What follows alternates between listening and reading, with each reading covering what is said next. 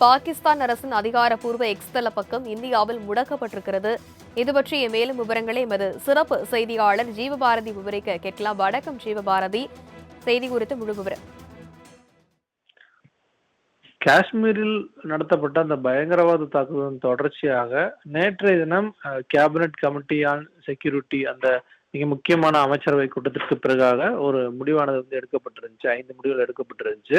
அதன் தொடர்ச்சியாக தற்போது பாகிஸ்தான் அரசனுடைய அந்த எக்ஸ் வலைதள பக்கமானது முடக்கப்படுவதாக தற்போது மத்திய அரசு அறிவிச்சிருக்காங்க. பாகிஸ்தான் தொடர்பான தகவல்கள் எதுவுமே அதாவது பொய்யான தகவல்கள், இந்தியாவுக்கு எதிரான பொய்யான தகவல் பாகிஸ்தான் அரசு பரப்பக்கூடும் என்பதால தற்போது ஒரு மிக முக்கியமான சட்ட ரீதியிலான ஒரு ஒரு முடக்கத்தை மத்திய அரசு செஞ்சிருக்காங்க.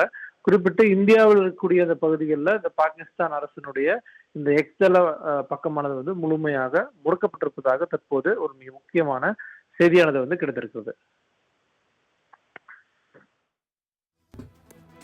விவரங்களுக்கு நன்றி ஜீவபாரதி.